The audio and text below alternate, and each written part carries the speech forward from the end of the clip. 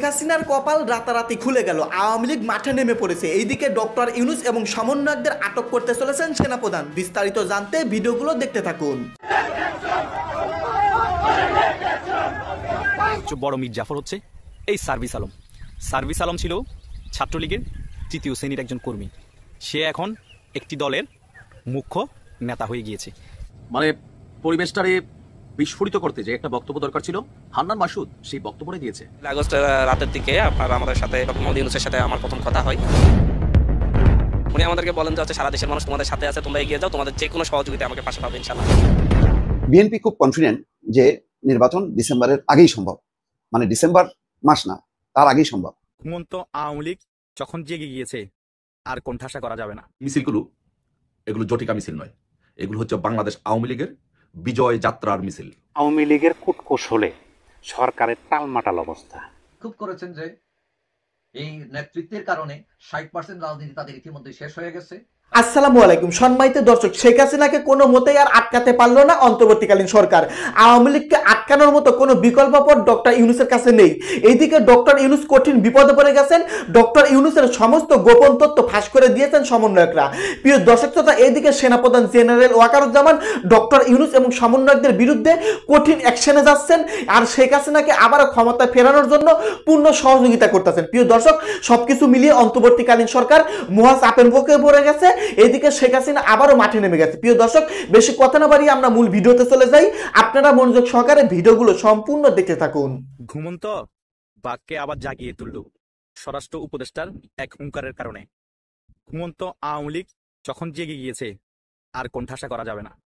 বাংলাদেশ আওয়ামী লীগ আহত অবস্থায় সুস্থ অবস্থার থেকেও ভয়ঙ্কর। এখন বাংলাদেশ আওয়ামী লীগকে যদি আহত করার চেষ্টা করা হয়, বাংলাদেশ আওয়ামী লীগ আরো ভয়ঙ্কর রূপে রাজপথে ফিরে আসবে। আজকে দুপুরে কিন্তু তার জানান দিয়ে দিয়েছে ঢাকা শহরের মধ্যে। ঢাকা 5 আসন বাড্ডার মধ্যে বিশাল বড় একটি বিক্ষোভ সমাবেশ করেছে। তার আগে সকালে করেছে খুলনা 0 পয়েন্টে, এবং কিছুক্ষণ আগে আরেকটি বিশাল বিক্ষোভ মিছিল করেছে এবং ডক্টর ইউনূসের পদত্যাগ এর দাবিতে উৎসব মুখরভাবে জনসাধারণ সহ আরেকটি মিছিল হয়েছে মিরপুরের পল্লবী এলাকায়। এই আওয়ামী লীগকে দমানোর ক্ষমতা এই সরকারের নেই, এবং যে সরকার আসুক কারোরই নেই। হয়তো কিছু সময়ের জন্য কোণঠাসা করে রাখতে পারবে, এটা আমি সকল ভিডিওতে বলে থাকি। কোণঠাসা করা মানে নিশ্চিহ্ন করে ফেলা না। আজকে যে এতগুলো মিছিল হলো এবং খুলনার মধ্যে যে হাজার হাজার জনগণের উপস্থিতিতে বিশাল বড় বিক্ষোভ মিছিল হলো, এটা কি সাধারণ কোনো দলের পক্ষে সম্ভব? এরকম কোণঠাসা অবস্থায়, যেখানে হাজার হাজার নেতাকর্মী বিদেশে পালিয়ে গিয়েছে, যেখানে হাজার হাজার নেতাকর্মী জেলের মধ্যে অ্যারেস্ট হওয়া আছে, যেখানে হাজার হাজার নেতাকর্মী ঘর বাড়ি ছাড়া, তারপরও একত্রিত হয়ে 1-1.5 হাজার মানুষ নিয়ে 400-500 মানুষ নিয়ে একটি মিছিল করা একমাত্র আওয়ামী লীগ দল বলেই সম্ভব। আর কোন দলের পক্ষে বাংলাদেশে এমন মিছিল করা সম্ভব না। এট এ টাইম কয়েকটা জায়গার মধ্যে এখন বিক্ষোভ মিছিল হচ্ছে প্রতি ঘন্টা পর পর। ঢাকা, নারায়ণগঞ্জ, গোপালগঞ্জ, খুলনা এবং বিভিন্ন জায়গায় এখন প্রোগ্রাম ছড়িয়ে পড়েছে। আমি কিছুদিন আগেই বলেছিলাম যে বাংলাদেশের মধ্যে গুরুত্বপূর্ণ জায়গার মধ্যে আওয়ামী লীগ বিশাল বড় বড় বিক্ষোভ মিছিল করবে, এবং ওই মিছিলগুলো দেখে সাধারণ আওয়ামী লীগের কর্মীরা এবং সাধারণ জনগণ প্রত্যেক জেলার মধ্যে বিক্ষোভ মিছিল কর্মসূচি পালন করবে। এটা আর এখন ঝটিকা মিছিলে নেই, এটা এখন একটি বিক্ষোভ মিছিলে রূপান্তরিত হয়েছে। এটা এখন জেলা পর্যায়ে যাওয়া বাকি।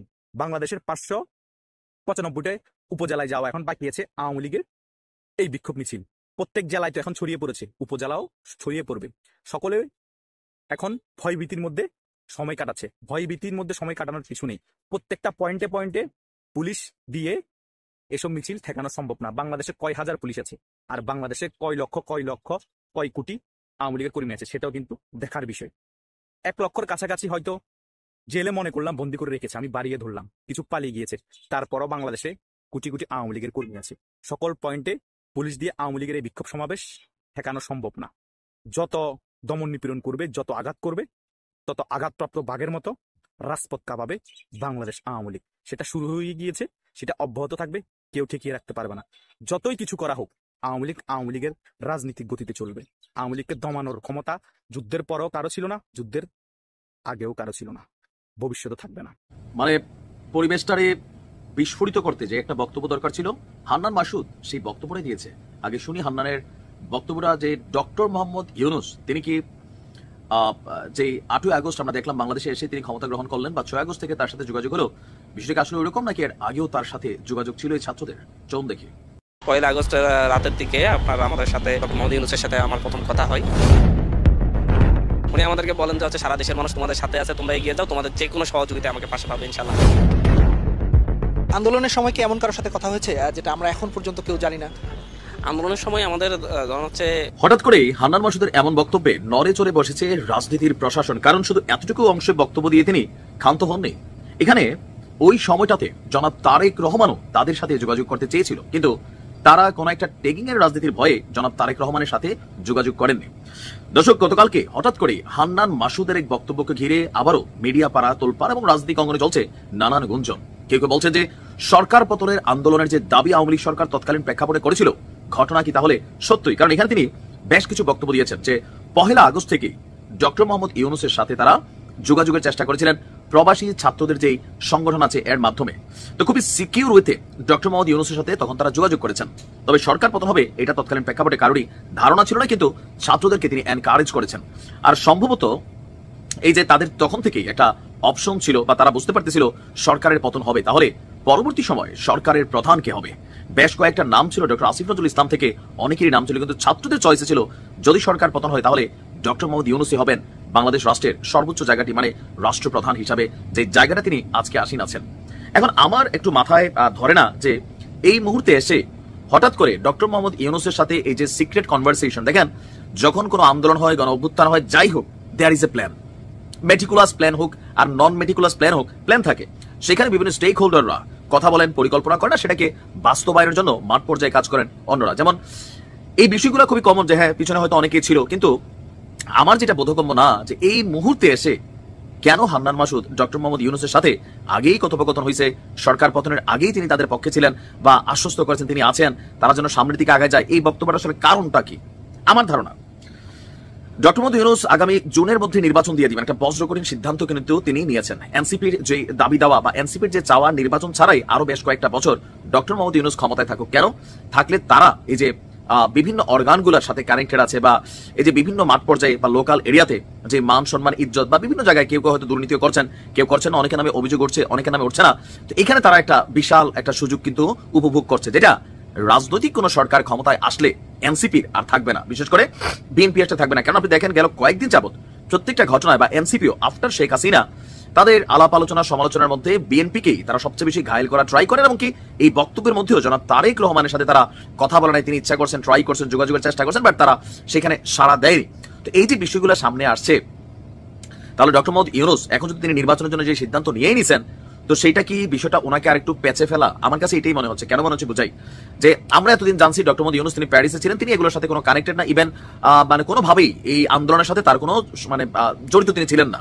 তিনি সরকার পতনের পর এখানে নানান আলোচনা হয়েছে, সেনাবাহিনী সহ বিভিন্ন রাজনৈতিক দলগুলো, সেখান থেকে ওনাকে রিকোয়েস্ট করা হয়েছে, তারপর উনি আসছেন, ওনার পক্ষে ছাত্রদের স্ট্যান্ড ছিল, আমরা কিন্তু এটা জানতাম। বাট 5ই আগস্টের আগে থেকেই তিনার সাথে তাদের সম্পর্ক, কথোপকথন, এগুলো এখন ফাঁস করে কি ওনাকে চাপে ফেলতে চাচ্ছেন?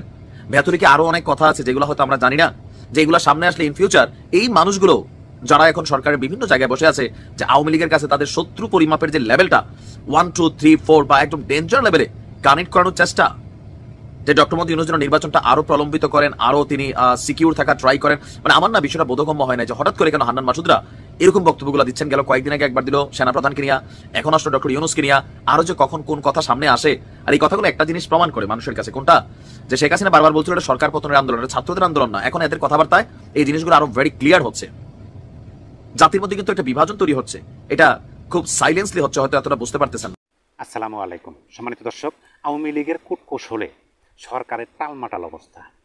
5ই আগস্টের পর থেকে আজ পর্যন্ত আওয়ামী লীগের সবচেয়ে বড় মিছিল হলো খুলনার মিছিলটা।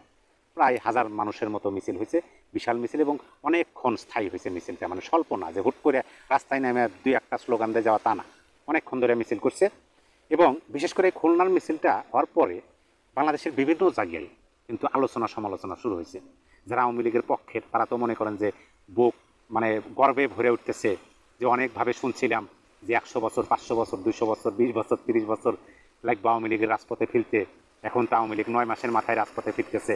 আওয়ামী লীগের সমর্থক যারা আছে তারা তো অবশ্যই তাদের স্বাচ্ছন্দ্য বোধ হবে, ভালো লাগবে। আর আওয়ামী লীগের বিরোধী যারা, তারা বলার চেষ্টা করতেছে আওয়ামী লীগ এত সাহস থেকে পেতেছে, আওয়ামী লীগ কীভাবে রাজপথে মিছিল করতেছে, ধীরে ধীরে মানুষ বেশি হইতেছে, আইন শৃঙ্খলা বাহিনী কী করে, এটা বা কীভাবে হইতেছে, আওয়ামী লীগ যেন না নামতে পারে সেভাবে ব্যবস্থা নেও। অপরদিকে স্বরাষ্ট্র উপদেষ্টা তো মনে করেন যে অর্ডার দিয়ে দিচ্ছে যে আওয়ামী লীগের মিছিল যেখানেই দেখবে সেখানেই পুলিশ বাহিনীকে অ্যাকশন নিতে হবে, নিষ্ক্রিয় থাকলে ব্যবস্থা নেবে। সেই বিষয়ে অনেকবার আলোচনা করছি অনেক ভিডিওতে। আজকের বিষয় কিন্তু কূটকৌশল নিয়ে একটা ভিডিও নিউজে দেখলাম বাংলাদেশের মূলধারায় গণমাধ্যমে যে আওয়ামী লীগের ফিরে আসতে র নাকি ব্যাপকভাবে মাস্টার প্ল্যান করছে এবং ব্যাপকভাবে তারা মেটিকুলাস লিয়ে গেতেছে। এভাবে আবার বলা হইতেছে যে বর্তমান বাংলাদেশে পুলিশ প্রশাসনের মধ্যে ঘাপটি মেরে আওয়ামী লীগের দোসররা বসে আছে, এখনও নাকি 80% আওয়ামী লীগের দোসর আছে পুলিশ বাহিনীর মধ্যে। তারপরে আপনার অন্য সচিবালয় থেকে শুরু করে আওয়ামী লীগের দোসর দিয়ে নাকি ভরা, যার কারণে আওয়ামী লীগেই মানে বিষয়গুলো সাহস পেতেছে রাজপথে মিছিল করতে, দিনে দিনে লোকজন বেশি হইতেছে। একটা গুরুত্বপূর্ণ বিষয় আমি দেখলাম যে আওয়ামী লীগের মিছিলে লুঙ্গি পরা মানুষ হচ্ছে খেটে খাওয়া মানুষ, দাঁড়িয়ে আছে পায়ে স্যান্ডেল, জুতা, সেরা জামা, তারাও মিছিল করতেছে। এটা কিন্তু বোঝাই যায় যে সাধারণ মানুষ আওয়ামী লীগকে সমর্থন করতেছে এবং আওয়ামী লীগের মিছিলে তারা অংশগ্রহণ করতেছে। জানি না তাদের মানে ভালো লাগা থেকে, অবশ্যই আওয়ামী লীগের সমর্থক, তাছাড়া তার মিছিলে এই সময়ে একটা রিস্ক নিয়ে রাজপথে মিছিলে নামা। যাই হোক, কূটকৌশল দেখেন, আওয়ামী লীগের একজন নেতা, তিনি বাইরে থাকেন, যুক্তরাষ্ট্রে থাকেন, সেখান থেকে তিনি ভিডিও বার্তায় বিভিন্ন কথাবার্তা বলেন। এই আওয়ামী লীগের মিছিল শুরু হয় না, তিনি তো আওয়ামী লীগের এই মিছিলগুলোতে যারা নেতৃত্ব দিতেছে সেই নেতাদেরকে রাজপথের রাজা উপাধি দিতেছেন এবং পুলিশ বাহিনীকে ব্যাপকভাবে সতর্ক করতেছেন যে আপনারা যদি এই আওয়ামী লীগের মিছিলে সহযোগিতা করেন তাহলে আপনাদেরকে ভবিষ্যতে এইটা হবে। আর আপনারা যদি মানে বলতেছে বেআইনি উপদেষ্টাদের বেআইনি নির্দেশ আপনারা মানবেন না, না মানার পরিপ্রেক্ষিতে যদি আপনাদের চাকরি থেকে বের করে দেওয়া হয়, আপনাদেরকে আওয়ামী লীগ সরকার ক্ষমতায় আসলে পদোন্নতি দেওয়া হবে, চাকরিতে পুনর্বহাল, মানে এইভাবে বলতেছে। অপরদিকে দেখেন, আমরা একটু অন্য রাজনৈতিক দলগুলোর বিষয়ে যদি আলোচনা করি তাহলে কিন্তু লিঙ্ক আপটা খুঁজে পাওয়া যায়, যে কূটকৌশল খুঁজে পাওয়া মানে যাইতে পারে। সেটা হলো বিএনপি কিছুদিন আগে প্রধান উপদেষ্টার সাথে কিন্তু মিটিং করলেন। মূল প্রসঙ্গটা, মুখ্য বিষয়টা ছিল কিন্তু নির্বাচন, যে নির্বাচনের একটা সুস্পষ্ট রোডম্যাপ এবং বিএনপির ডেডলাইন হলো ডিসেম্বরের মধ্যে নির্বাচন দিতে হবে, ডিসেম্বরের বাইরে কোনোভাবেই যাওয়া যাবে না, এটা হচ্ছে বিএনপির ভাষা। তারপরে মিটিং থেকে বের হয়ে বিএনপি মহাসচিব জনাব মির্জা ফখরুল ইসলাম আলমগীর বললেন যে প্রধান উপদেষ্টার আজকের এই মিটিংয়ের বক্তব্যে মোটেও সন্তুষ্ট না বিএনপি। তার 2 ঘন্টা পরে আইন উপদেষ্টা মানে সরকারের পক্ষ থেকে প্রেস সচিব তাকে সঙ্গে নিয়ে প্রেস ব্রিফিং করলেন এবং বললেন যে বিএনপির সাথে যে সমস্ত আলোচনা হয়েছে সেই আলোচনাগুলো বোঝা গেছে যে বিএনপি সন্তুষ্ট, এরকম মানে দুজনের দুই দিকে মতামত। এবং বিএনপিকে যখন মির্জা ফখরুল ইসলাম আলমগীরকে সাংবাদিকরা প্রশ্ন করছে যে যেহেতু সরকারের বক্তব্যে নির্বাচন বিষয়ে আপনারা বিএনপি সন্তুষ্ট না, তাহলে বিএনপির পরবর্তী কার্যকলাপ বা কর্মসূচি পদক্ষেপ কী হতে পারে, তখন তিনি বলছেন যে আমাদের অন্যান্য আরও যে রাজনৈতিক দলগুলো আছেন তাদের সাথে আলোচনার ভিত্তিতেই বিএনপি পরবর্তী কার্যক্রম কী হতে পারে সেটা আপনাদেরকে জানানো হবে। ইতিমধ্যেই বিএনপি কিন্তু গণ অধিকার পরিষদ এই রাজনৈতিক দলের নেতাকর্মীদের সাথে মিটিং করছেন, মিটিংয়ের পরে তারা আবার প্রেস ব্রিফিংও করছেন। সেখানে কিন্তু স্পষ্ট ভাষায় গণ অধিকার পরিষদের রাশেদ খান এবং নুরুল হক নূর এবং বিএনপির পক্ষ থেকে স্পষ্ট ভাষায় কিন্তু বলা হয়েছে যে ডিসেম্বরের মধ্যে নির্বাচন দিতে হবে অবশ্যই, এবং এই নির্বাচনটা হবে হচ্ছে ইনক্লুসিভ, সকল দলের অংশগ্রহণে, এবং 1 মাস 2 মাসের মধ্যেই একটা সুস্পষ্ট রোডম্যাপ দিতে হবে, যে রোডম্যাপ যে ডিসেম্বরের এত তারিখে নির্বাচন হবে এইভাবে, এটাই হচ্ছে রোডম্যাপ। তাহলে লিঙ্ক আপটা আপনারা খোঁজেন, আওয়ামী লীগের মিছিল এবং বিএনপির কথা। অপরদিকে জামাতে ইসলামও কিন্তু অলরেডি বলে ফেলাইছে যে ডিসেম্বর থেকে জুনের মধ্যে নির্বাচন, এটার সাথে তারা একমত, কিন্তু তারা চায় যে ডিসেম্বরের আশেপাশে যেন নির্বাচনটা হয়, অর্থাৎ জানুয়ারি ফেব্রুয়ারি, সর্বোচ্চ যদি যায় জানুয়ারি ফেব্রুয়ারি, এর মধ্যে যেন নির্বাচনটা হয়, এটা বলতেছে জামাতে ইসলাম। আর এনসিপি তো সেটা মনে করেন যে আলাদা বিষয়, সেটা সরকারকে টিকে রাখার জন্য লং মার্চ টু ইউজ করতেছে, এভাবে করতে থাকুক। এখন এই যে কূটকৌশল দেখেন, আওয়ামী লীগের সাথে কারা কারা আছে, আওয়ামী লীগের সাথে আপনার ভারত আছে, ভারতের সকল রাজনৈতিক দলগুলো আছে। বিএনপি আওয়ামী লীগের নিষিদ্ধের পক্ষে না, হ্যাঁ গণ অধিকার পরিষদ কিন্তু আওয়ামী লীগের নিষিদ্ধের পক্ষে, তারা চায় আওয়ামী লীগ নিষিদ্ধ হোক, কিন্তু গণ অধিকার পরিষদ আর বিএনপি যদি জোট, আমরা তো এখন স্পষ্ট যে গণ অধিকার পরিষদ এবং বিএনপি এক হয়ে গেছে, মানে তারা একসাথে আন্দোলন মিছিল মিটিং করবেন। এবং গণ অধিকার পরিষদ কিন্তু সুস্পষ্টভাবে এখন পর্যন্ত সরকারের যে 2 জন উপদেষ্টা আছেন ছাত্র প্রতিনিধিদের মধ্য থেকে তাদেরকে অতি দ্রুত তাদেরকে যেন সরকার থেকে বের করে দেওয়া হয় অথবা তারা নিজের ইচ্ছে যেন বের হয়ে আসে, সেটা কিন্তু তাগিদ দিচ্ছেন এবং বলছেন যে আমরা যে দীর্ঘদিন আন্দোলন করছি সেই আন্দোলন এখনো শেষ হয়নি।